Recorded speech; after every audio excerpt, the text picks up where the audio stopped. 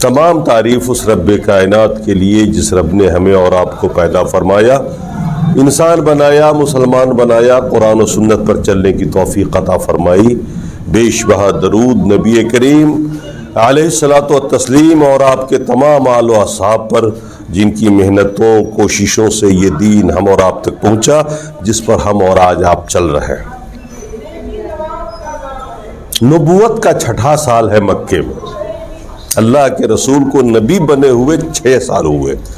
6 سال میں کیا کچھ بیتا اللہ کے رسول پر، صحابہ پر، اسلام پر، مشرکین مکہ کے ساتھ کیا معاملات ہوئے، آپ وہ سن رہے رپورٹ۔ اس سے آپ کو دین کا بھی علم ہوگا، تاریخ کا بھی علم ہوگا، اور ماضی کے داؤ پیچ کا بھی آپ کو علم ہو جائے گا کہ اہل کفر مسلمانوں کے ساتھ کس کس طریقے سے پیش آتے ہیں۔ حضرت عمر رضی اللہ تعالی عنہ اور حضرت حمزہ رضی اللہ تعالی عنہ، ان دونوں کے اسلام قبول کر لینے کے بعد مسلمانوں میں خوشی کی لہر دوڑ گئی۔ یہ 2 بڑے جانباز، نامور، شہسوار، بہادر جب مسلمان ہوئے تو غریب اور کمزور مسلمانوں کو ایک حوصلہ ملا اور ان کے اوپر مظالم کم ہو گئے، کیونکہ اب مشرکین کو پتہ چل گیا کہ بڑے بڑے لوگ بھی اس راہ میں آ رہے ہیں۔ ان کا ظلم رک گیا، اللہ کے رسول کی دعوت کا کام بھی تیز ہو گیا۔ اللہ تبارک و تعالی نے اللہ کے رسول کی اس دعا کو قبولیت بخشی جو آپ نے کی تھی کہ اللہ 2 لوگوں میں سے تمہیں جو زیادہ محبوب ہو ان کو مسلمان بنا کر تو اسلام کی مدد کر، اور اللہ تعالیٰ نے آپ کی اس دعا کو قبول کیا، اور حضرت عمر جو محبوب تھے اللہ کی نگاہ میں، اللہ نے انہیں اسلام سے نواز دیا۔ بہرحال ایک منظر بدل گیا مکے کا، حالات بدل گئے، مسلمانوں کا عزم و حوصلہ بڑھ گیا، اللہ کے رسول خود آگے بڑھ بڑھ کے دعوت کا کام کرنے لگے۔ مشرکین مکہ نے سوچا اس طوفان کو تو روکنا ہی پڑے گا، اب یہ 2 بڑے لوگ آ گئے ہیں، اب ان سے مقابلہ نہیں کر سکتے، مار پیٹ نہیں کر سکتے، مظالم نہیں ڈھا سکتے۔ جس داؤ پیچ سے وہ اسلام کو روکنا چاہ رہے تھے، توحید کے پیغام کو لگام لگانا چاہ رہے تھے، اب وہ مجبور ہو گئے۔ سوچنے پر انہوں نے ایک میٹنگ کی، بڑے لوگوں کی ایک میٹنگ کی، اور اس میٹنگ کے اندر اس بات کو رکھا کہ محمد کے اس پیغام کو کیسے روکا جائے، اسلام کی بڑھتی ہوئی طاقت کو کیسے روکا جائے۔ انہوں نے محسوس کیا کہ سمجھوتے سے ہی ہم اسے بند کرا سکتے ہیں، اب طاقت کا کوئی راستہ نہیں رہا، کیونکہ 2 بڑے لوگ آ گئے اس میں، جن کے سامنے ان کا بھی کلیجہ پتا ہو رہا تھا۔ چنانچہ اس میٹنگ میں بڑے بڑے لوگ بیٹھے۔ عتبہ بن ربیعہ مکے کا ایک بہت ہی ہوشیار سردار، جس کی بات مانی جاتی تھی، لوگ اس کی قدر کرتے تھے، عقل والا تھا، اس نے کہا مجھے ایک چانس دو آپ لوگ، میں کچھ پیشکش کرنا چاہتا ہوں محمد کو، ہو سکتا ہے کہ ہماری کسی پیشکش کو قبول کر لے، کچھ پیکیج دینا چاہتا ہوں اس دعوت کے کام کو روکنے کے عوض۔ چنانچہ لوگوں نے اجازت دی، اور عتبہ بن ربیعہ جو مکے کا ایک معزز انسان تھا، مطاع تھا، لوگ اس کی اطاعت کرتے تھے، بات مانتے تھے، آگے بڑھا۔ اللہ کے رسول وہی خانہ کعبہ میں نماز ادا فرما رہے تھے۔ جب آپ نماز سے فارغ ہوئے، وہ سردار مکہ آپ تک پہنچا اور کہا بھتیجے، تمہاری شخصیت کا اندازہ تمہیں ہے، تم جس خاندان سے، جس نسب سے تعلق رکھتے ہو، پورے عرب میں سب سے افضل ہے۔ آج تمہاری وجہ سے، تمہاری اس تحریک اور اس دعوت کی وجہ سے ہم لوگوں میں جو تفرقہ پڑ گیا، ہم جو ٹکڑوں میں بٹ گئے، ہم جو فرقوں میں بٹ گئے ہیں، سوچو اس کا کیا، کون ہے ذمہ دار؟ تمہاری ایک بات سے میں تمہارے سامنے میں کچھ پیشکش رکھنا چاہتا ہوں۔ تم نے ہمارے معبودوں کو برا کہا، ہمارے بزرگوں کو بیوقوف کہا، ان کو کہا کہ گمراہ ہے، میں تمہارے سامنے میں کچھ پیشکش کرتا ہوں، ان میں سے تم کسی ایک کو قبول کرو۔ اور اس دعوت کے کام سے رک جاؤ، اسلام کی اس طاقت کو بند کر دو۔ پہلی پیشکش تھی اس کی، اگر بھتیجے تجھے دولت کی طلب ہے، اس سے تم چاہتے ہو کہ تمہارے پاس مال آئے، تو ہم سارے مکے والے مل کر کے تمہارے پاس اتنی دولت جمع کر دیتے ہیں کہ مکے میں تم سے بڑا امیر کوئی نہ رہے گا۔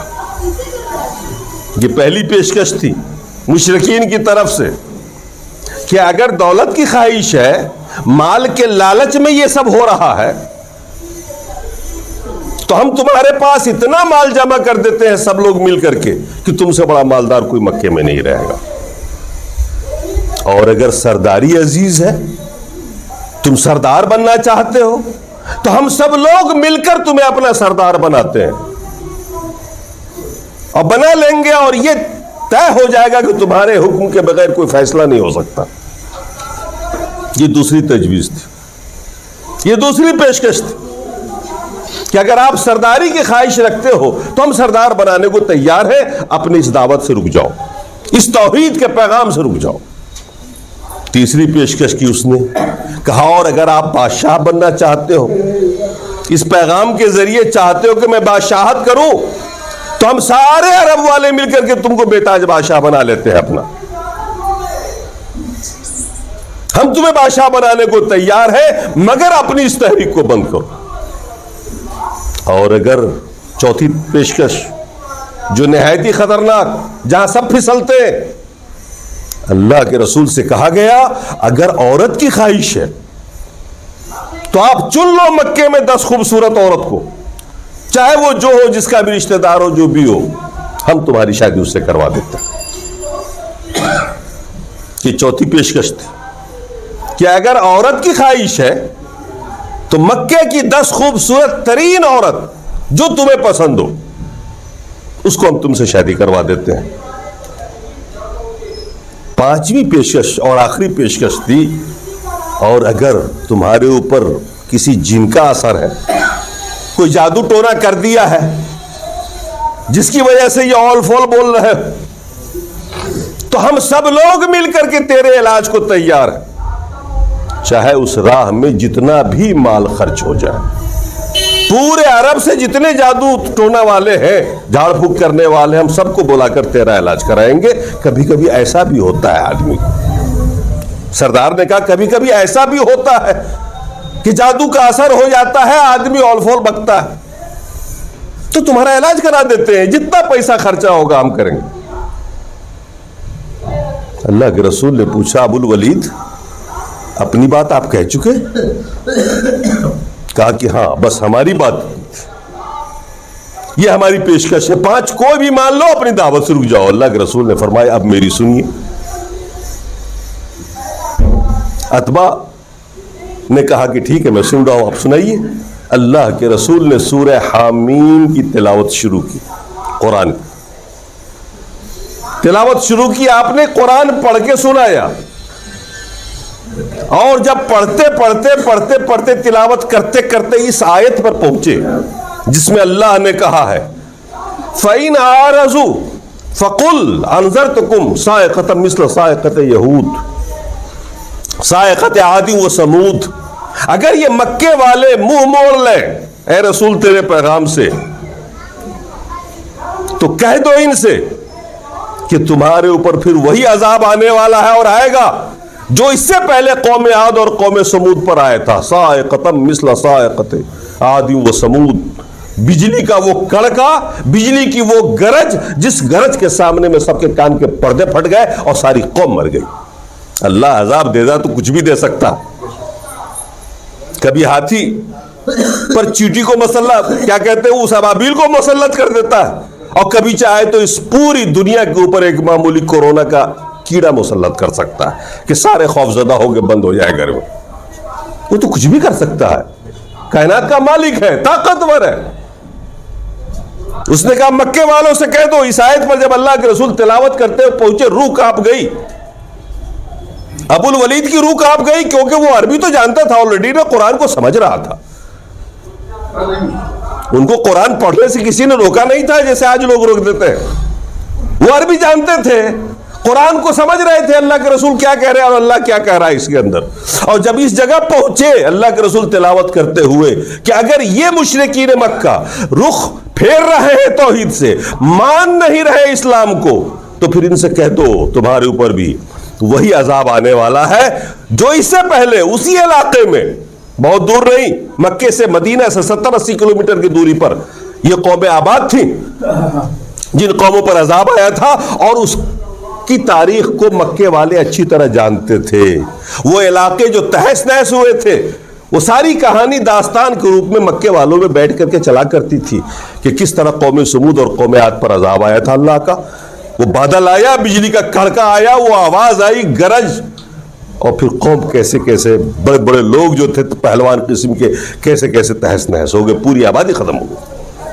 آپ کہہ دیجئے اگر یہ نہیں مانتے ہیں تو پھر ان پر بھی وہی عذاب آنے والا ہے جو اس سے پہلے قوم عاد اور قوم سمود پر آیا. جب اللہ کے رسول تلاوت کرتے ہوئے یہاں تک پہنچے, کانپ اٹھا ابو الولید عتبہ بن ربیعہ, اس نے آپ کے منہ پہ ہاتھ رکھ دیا, بھتیجے بس کرو, اللہ کے واسطے رحم کرو, اس عذاب کو مت بلاؤ. اسے بھی یقین آ گیا ایک پل میں, اللہ کے واسطے رحم کرو. رشتہ داری کا حوالہ دینے لگا, ہم رشتہ دار ہیں آپس میں, چچا بھتیجے ہیں, ہم کہیں نہ کہیں ایک دوسرے سے لنک ہیں, خدا کے واسطے ایسا مت کرو. اللہ کے رسول خاموش ہو گئے. وہ آدمی اٹھا, اللہ کے رسول نے فرمایا بس یہ میرا جواب تھا, میں نے جواب سنا دیا, تمہارے پانچوں پیشکش کا جواب یہی تھا, یہ آیت میں نے جو سنائی بس سمجھ لو. وہ اٹھ کر چلا. مشرکین مکہ بیٹھے انتظار کر رہے تھے. اب وہ چہرہ لے کے جو جا رہا ہے, لوگوں نے پہلے سے اندازہ لگا لیا کہ قسم خدا کی ابو الولید جو چہرہ لے کے گیا تھا وہ چہرہ لے کے واپس نہیں آ رہا. ابو الولید پہنچا اپنی ٹیم کے بیچ اور کہا, مکے والوں میری سنو, میں نے بات کی ہے اور میں نے وہ کلام سنا ہے کہ میں قسم کھا کر کہتا ہوں کہ نہ وہ شاعر ہے, نہ وہ مجنوں ہے, نہ وہ جادوگر ہے, نہ وہ کاہن ہے. میں نے ایسی بات سنی ہے کہ کچھ ہونے والا ہے, کچھ نیا ہونے والا ہے, کچھ انقلاب آنے والا. اگر تم لوگ میری بات مانو تو اپنی راہ لو, محمد کو اپنی حالت میں چھوڑ دو. اگر یہ کامیاب ہو گئے, اس زندگی میں کامیاب ہو گئے, اپنے پیغام کو گھر گھر پہنچا دیا, سب لوگ چاہنے ماننے والے ہو گئے, تو تمہاری بھی عزت بڑھے گی مکے والوں کی, کیونکہ تمہارا ہی سپوت ہے. بڑی عقل مندی کی بات کی اس نے. کہا اگر لوگ مان گئے اور اس کے پیچھے آ گئے, اس کی تباہ کر ڈالی, تو تم خوش نصیب ہو گئے, تمہاری عزت بڑھ جائے گی. اور اگر لوگوں نے مکے عرب والوں نے مل کے مار دیا محمد کو, تو تیرا کام بیٹھے بیٹھے ہو جائے گا, تم ویسے نجات پا جاؤ گے. اس لیے تم سب لوگ ایک طرف ہو جاؤ. لوگوں نے کہا ابو الولید لگتا ہے آپ پر بھی اس نے جادو کر دیا, لگتا ہے آپ پر بھی جادو کر دیا. یہ سوچ ہوتی ہے. عربی میں ایک کہاوت ہے, المرء یقیس علی نفسہ, اسی کو ہم لوگ اردو میں کہتے ہیں کہ جو جیسا ہوتا ہے ویسا دکھائی دیتا. آدمی اگر برا ہو تو اس کو ہر آدمی برا نظر آئے گا, آدمی اگر چور ہو تو باقی سب چور نظر آئیں گے اس کو, اگر خود وہ شریف ہے, وعدے کا پابند ہے, تو بہت دھوکہ کھائے گا, کیونکہ ہر آدمی اس کو دکھا دے گا 10 منٹ میں آ رہا ہوں, 20 منٹ میں آ رہا ہوں, ایک دن کے بعد آئے گا. ایسا ہوتا ہے نا سماج میں. یہی وہ دماغ تھا مشرکین مکہ کا. وہ یہ سمجھ رہے تھے اس دعوت توحید کے پیچھے یا تو عورت کی خواہش ہے, یا مال کی خواہش ہے, یا بادشاہت کی خواہش ہے, یا سرداری کی خواہش ہے, جیسے آج کے لوگ سوچتے ہیں. آپ جب دعوت کی بات کرو, توحید کی بات کرو, اللہ کی وحدانیت کی بات کرو, تو ہر آدمی اپنے اپنے حساب سے سوچتا ہے. انہیں کوئی کرسی چاہیے, انہیں کوئی مقام چاہیے, یا انہیں دولت چاہیے. ہر آدمی اپنے ڈھنگ میں سوچتا ہے. حقائق سے صرف نظر کرنے کے لیے ایک بڑا اچھا داؤ ہے. یہ مشرکین مکہ اس وقت بھی کرتے تھے. چنانچہ مشرکین مکہ نے دیکھا کہ ہماری تو ساری پلاننگ فیل ہو گئی. اب انہوں نے دوسرا انداز اختیار کیا. وہ چاہتے تھے سمجھوتا ہو, کسی نہ کسی طریقے سے سمجھاتا ہو, کیونکہ وہ دیکھ رہے تھے کہ ہم سچائی کو روک نہیں پا رہے ہیں. توحید بڑھتی جا رہی ہے, دعوت توحید کا اثر ہو رہا ہے, لوگ قبول کرتے جا رہے ہیں. حق کو کب تک آپ چھپاؤ گے؟ آج بڑی تعداد میں لوگ راہ حق پر آ رہے ہیں کہ نہیں آ رہے ہیں؟ بہت بزرگی پرستی ہوئی، بہت فقہ پرستی ہوئی، بہت کچھ ہوا پہلے، لیکن آج اللہ کا شکر ہے ہر گاؤں میں انقلاب آ رہا ہے، ہر شہر میں انقلاب آ رہا ہے۔ لوگ سمجھ تو رہے ہیں نا، کب تک حقائق کو آپ دباؤ گے؟ تعلیم بڑھے گی، لوگ آگے بڑھیں گے، حق سامنے آتا رہے گا۔ اب مشرکین مکہ نے پھر سوچنا شروع کیا، پھر پلاننگ شروع کی، پھر سر جوڑ کر بیٹھے۔ اب کی بار وہ اپنے موقف سے بہت پیچھے ہٹ کے، بہت نیچے اتر کے اللہ کے رسول کے سامنے میں ایک پیشکش رکھی۔ اللہ کے رسول کے پاس آئے، ان کی ٹیم آئی، انہوں نے کہا کہ چلو ہم ایسا کر لیتے ہیں، تعبدوا آلہتنا سنتن ونعبدوا آلہتک سنتن۔ اے محمد اس بات پہ آؤ سمجھوتا کر لیتے ہیں کہ 1 سال آپ میرے معبود کی مان لو، میرے معبود کی عبادت کر لو، میرے معبود کی پوجا کر لو، 1 سال ہم سب لوگ آپ کے معبود کی پوجا کر لیتے ہیں۔ یعنی 1 سال کے لیے آپ سب لوگ شرک کرو، مشرک بن جاؤ، 1 سال کے لیے ہم سب لوگ موحد بن جاتے ہیں، مسلمان بن جاتے ہیں، سمجھوتی کی کوئی راہ تو نکلے۔ یہ ان کی پیشکش تھی مشرکین مکہ کی کہ ایسا کرتے ہیں 1 سال ہم سب لوگ مل کر کے آپ کے معبود کی عبادت کر لیں گے، جو آپ کہیں گے وہی مانیں گے، اور 1 سال کے لیے آپ سب لوگ میرے معبود کی پوجا کر لینا، اس طرح سے سمجھوتا ہو جائے گا۔ یعنی شرک کو توحید میں ملا کر چلنا، شرک کو توحید کے ساتھ جوڑ دینا کہ مسلمان بھی بنے رہے اور شرک بھی کرتے رہے، جیسا آج کل بہت ہو رہا ہے نا، آپ کے سامنے بھی ٹھیک ہے، ادھر بھی ٹھیک ہے، وہ بھی ٹھیک ہے، یہ بھی ٹھیک۔ یہ آج کوئی پہلی بات نہیں ہوئی ہے، مشرکین مکہ اس داؤ کو بہت پہلے کھیل چکے ہیں، بہت صاف ستھری بات تھی۔ مشرکین مکہ نے صاف کہا 1 سال ہم سب لوگ آپ کے معبود کی پوجا کر لیتے ہیں اور پھر 1 سال آپ کر لینا۔ یہ تو آج کل خوب ہو رہا ہے نا، اپنے یہاں خوب چل رہا ہے، یہ توحید و شرک کرنے والے دونوں ایک ساتھ مل جاتے ہیں، آپ بھی ٹھیک ہیں ہم بھی ٹھیک ہیں۔ ارے بھئی کیسے ہو سکتا ہے؟ قرآن کی آیت نازل ہوئی، قل یا ایھا الکافرون لا اعبد ما تعبدون ولا انتم عابدون ما اعبد ولا انا عابد ما عبدتم۔ اللہ تعالیٰ نے کہا کہ ممکن ہی نہیں کہ توحید کے ساتھ شرک کا سمجھوتا ہو جائے۔ ہر بات میں سمجھوتا ہو سکتا ہے، چلو دونوں بھوکے رہ جائیں گے، آدھی آدھی روٹی بانٹ کے کھا لیں گے، جو بھی مصیبت ہوگی دونوں سہ لیں گے، لیکن اس میں کوئی سمجھوتا نہیں ہوگا کہ توحید کرنے والا شرک کی طرف جائے گا اور شرک کرنے والا توحید کی طرف آئے گا۔ ایک پل کے لیے نہیں، 1 منٹ کے لیے سمجھوتا نہیں۔ اللہ تعالیٰ نے جواب نازل کیا قرآن کے اندر سورہ کافرون کی شکل میں، قل اے رسول آپ اعلان کریے، ان کے سامنے میں جواب دیجئے، ایھا الکافرون اے کافرون لا اعبد ما تعبدون، میں ہرگز نہیں پوچھ سکتا ان غیر اللہ کو جن کو تم پوچھ رہے ہو۔ کبھی کسی بھی حال میں بھلے تلوار رکھ دو گردن پہ، لیکن یہ نہیں ہو سکتا کہ ایک رب کو چھوڑ کر اس کے ساتھ ہم شرک کریں۔ سب کچھ گوارا، شرک نہیں گوارا۔ اور یہ بھی سن لو، تم بھی نہیں پوجا کرنے والے ہو اس رب کی جس کی میں کر رہا ہوں، کیونکہ تمہاری ہر دھرمی بتا رہی ہے۔ پوری آیت اسی میں نازل ہوئی، اور پھر دوسری آیت نازل ہوئی اس کے لیے، قل فغیر اللہ تأمرونی اعبد ایھا الجاہلون۔ اے رسول آپ اعلان کر دیجئے، کیا تم غیر اللہ کی پوجا کرنے کی ہمیں دعوت دے رہے ہو؟ اللہ کے علاوہ جو غیر اللہ ہے، چاہے وہ بزرگ کی شکل میں ہو، بت کی شکل میں ہو، درخت کی شکل میں ہو، مزار کی شکل میں ہو، جتنے بھی آئے سب غیر اللہ ہے جن کی پوجا ہو رہی ہے، سماج کر رہا ہے، کچھ مسلمان بھی کر رہے ہیں اسلام کے نام پر، غیر مسلم تو کھلم کھلا کر ہی رہے ہیں۔ اللہ نے آیت نازل فرمائی، قل اے رسول آپ جواب دیجئے، افغیر اللہ تأمرونی، کیا تم غیر اللہ کی عبادت کا مجھے حکم دیتے ہو؟ اعبد ایھا الجاہلون، اے جاہلوں کہ میں غیر اللہ کی بات کروں؟